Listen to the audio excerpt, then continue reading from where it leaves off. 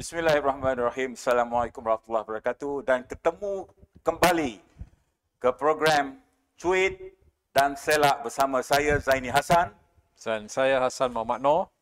Dan pada hari ini kita akan membincangkan satu topik yang saya rasa amat penting, iaitu berkenaan dengan ura-ura Perdana Menteri akan mengadakan rombakan kabinet dan penentuan bilakah pilihan raya akan diadakan.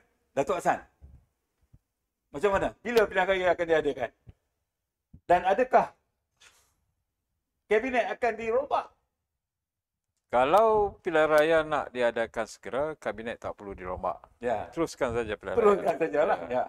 Kalau pilihan raya nak ditangguhkan, kemungkinan rombakan kabinet Akan diadakan. akan diadakan. Mana satu yang berat?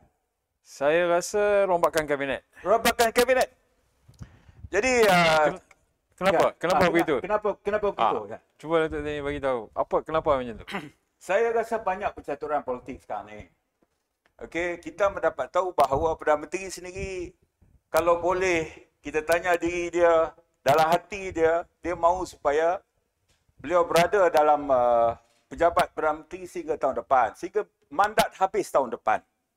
Itu saya rasa dalam hati beliau. Tetapi tekanan yang beliau hadapi daripada UMNO sekarang ni mendesak beliau supaya mengadakan pilihan raya pada tahun ini juga. Ya, dia dalam keadaan tersepit. Dia ada keadaan tersepit. Apabila ada pimpinan UMNO mengatakan mereka telah melakukan kesilapan pada pilihan raya umum yang lalu. Kerana terlalu lewat untuk mengadakan pilihan raya. So bila perkara itu diberi penekanan pada kali ini, saya rasa kalau saya pun, saya akan rasa tertekan. Saya tertekan. Kalau kalah, saya dipersalahkan. Ya, betul. Kan? Jadi saya rasa macam inilah. Cuit dan Selak mendapat maklumat. Orang kata privilege information lah. Sama ada pilihan raya akan diadakan tahun ini ataupun tahun depan, sama ada rombakan kabinet akan berlaku dalam masa terdekat ini dan sebagainya. Jadi kita akan membincangkan perkara itu di mana kita mendapat maklumat bahawa pada peringkat rombakan tersebut dia akan bermula daripada timbalan Perdana Menteri. Oh, jadi ada timbalan Perdana Menteri. Jadi kita diberitahu Cuit dan Selak diberitahu bahawa 3 nama telah dihantar kepada Perdana Menteri. Siapa? 3 nama telah dihantar. Adakah dari UMNO ataupun Bersatu? Daripada Bersatu. Jadi kita melihat bahawa kita akan ulas benda ni daripada Bersatu. Bersatu telah menghantar, Bersatu melalui Tan Sri Muhyiddin difahamkan telah menghantar 3 nama kepada Perdana Menteri untuk dilantik sebagai timbalan Perdana Menteri dalam proses rombakan kabinet yang akan berlaku. Kita tak tahu, Allahu a'lam bissawab Tetapi 3 nama tersebut kita difahamkan ialah Datuk Seri Azmin sendiri. Nama kedua ialah Peja, iaitu timbalan Presiden Bersatu. Dan nama ketiga ialah Datuk Seri Hamzah Zainuddin, Setiausaha Agong. Jadi 3 nama telah diberi ke tangan Perdana Menteri. Kita difahamkan. Jadi kita cuba ulas. Jadi ketiga-tiga nama itu, Datuk Hassan, saya rasa kalaulah telah diterima dan proses rombakan akan berlaku, siapa antara 3 nama itu akan lekatlah sebagai timbalan Perdana Menteri? Saya rasa Hamzah Zainuddin. Kerana Kerana kedudukannya sebagai Setiausaha Agong. Okey. Dan yang agak kanan lah. Ya. Dan Peja sebagai timbalan. tapi saya rasa dari segi pengalamannya tu lebih kepada Hamzah. Bagaimana dengan Azmin pula? Azmin saya tak boleh nak komen. Mungkin Datuk Zaini ada pandangan sendiri. Jadi saya rasa, saya setuju dengan apa pandangan Datuk Hassan lah. Saya setuju dengan pandangan Datuk Hassan. Mungkin ketiga-tiga ini Datuk Ismail Sabri akan menerima Datuk Seri Hamzah sebagai timbalan beliau bagi mengendalikan kabinet beliau sehinggalah pada tahun depan. Jadi saya rasa proses penghantaran 3 nama itu telah berlaku, saya difahamkan, kami difahamkan, Cuit dan Selak difahamkan bahawa 3 nama itu telah dihantar kepada Datuk Seri Ismail Sabri dalam proses rombakan kabinet yang akan berlaku tidak lama lagi. Jadi Datuk Hassan, kalau inilah yang akan berlaku, bagaimana pula dengan posisi UMNO itu sendiri yang menekan Datuk Seri Ismail Sabri supaya mengadakan pilihan raya awal? Jadi macam mana? Saya mungkin Datuk Ismail Sabri akan memberi lebih banyak peluang kepada ahli parlimen UMNO untuk dimasukkan ke dalam kabinet. Saya tak tahu sama ada tempat Zuraidah itu kalau diberi jawatan timbalan Perdana Menteri kepada Bersatu, mungkin UMNO boleh mengambil tempat tu, kan, supaya seimbang sikit lah, untuk menjaga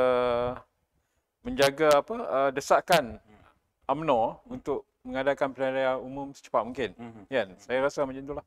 Tapi okey, kita berbincang tentang posisi Bersatu. Ya. Dan juga Perdana Menteri. Perdana Menteri sudah tentulah dia mewakili UMNO. Dan bagi mengurangkan tekanan beliau sendiri untuk mengadakan pilihan raya, mungkin beliau akan memperbesarkan kabinet UMNO dalam parti tersebut. Itu satu hal. Tapi bagaimana dengan kedudukan PAS pula? Ya, PAS setakat ini cuma ada 3 menteri, kan, kalau tak salah saya 3 menteri. Jadi saya tak tahu apa permainan politik kali ini. Sekiranya PAS tidak diberi sebarang tambahan kerusi, tapi kalau nak beri tambahan kerusi pun saya rasa kabinet kita dah cukup besar. Cukup besar, ya. Kan? Jadi mungkin untuk sementara ini PAS paksa menerima apa yang ada.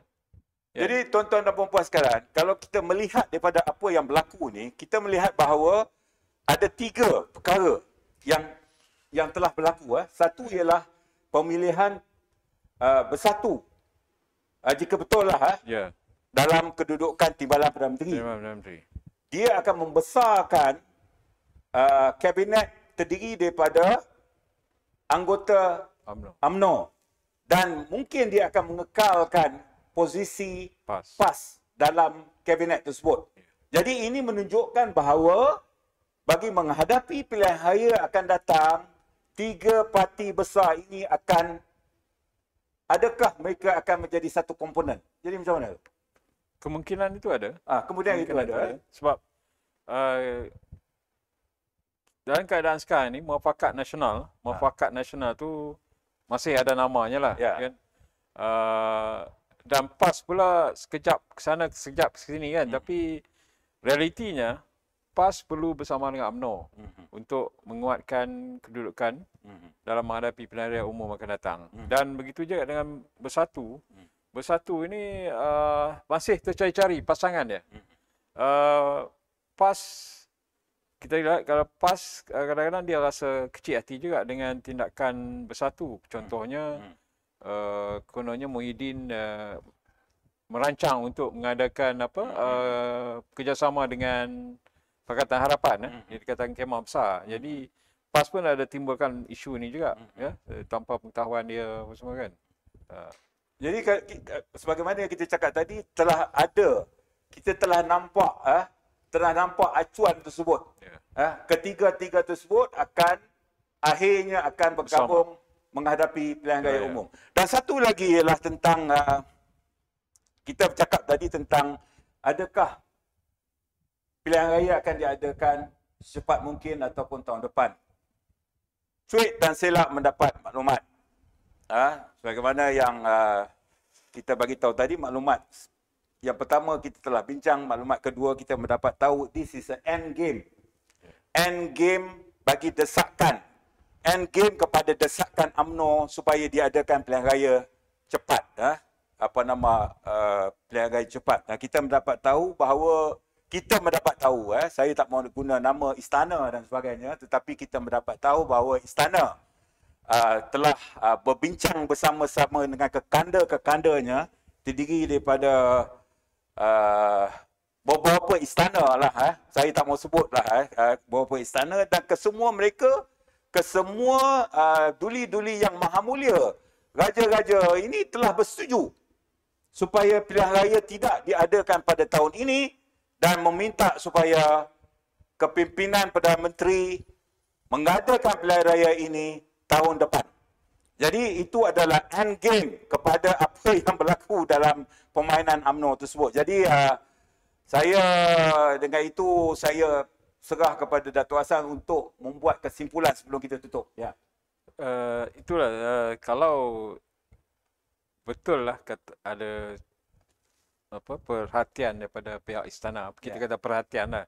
Perhatian pihak istana supaya dalam suasana sekarang ini tidak perlu lagi diadakan pilihan raya umum. Menunggu sehingga tamat penggal akan datang. Maklumlah dalam keadaan sekarang ni kan kita ada menghadapi banyak tekanan. Selain daripada COVID, ekonomi rakyat sedang menghadapi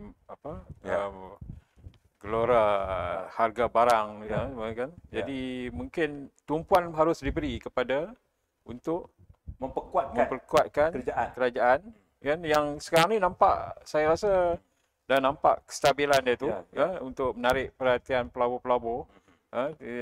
Jadi kita bagi peluang sedikit masa lagi sebelum kita mengadakan pilihan raya umum. Dan mungkin dengan kabinet, jika berlaku rombakan kabinet, mungkin kabinet itu akan lebih stabil lagi untuk persiapan menghadapi pilihan raya umum dan kestabilan ekonomi kita. Sebagai kesimpulannya, kita melihat bahawa satu, rombakan akan berlaku, dan kedua, mungkin kalau jika rombakan akan berlaku, maka pilihan raya umum ke-15 akan diadakan pada tahun depan. Itulah maklumat yang kita dapat. Sama ada betul atau tidak, kita akan tunggu hasilnya tidak lama lagi. Dengan itu saya sudahi cuit dan selak kita kali ini dengan wabillahi taufiq wal hidayah. Assalamualaikum warahmatullahi wabarakatuh dan terima kasih. Bye bye. Jumpa lagi.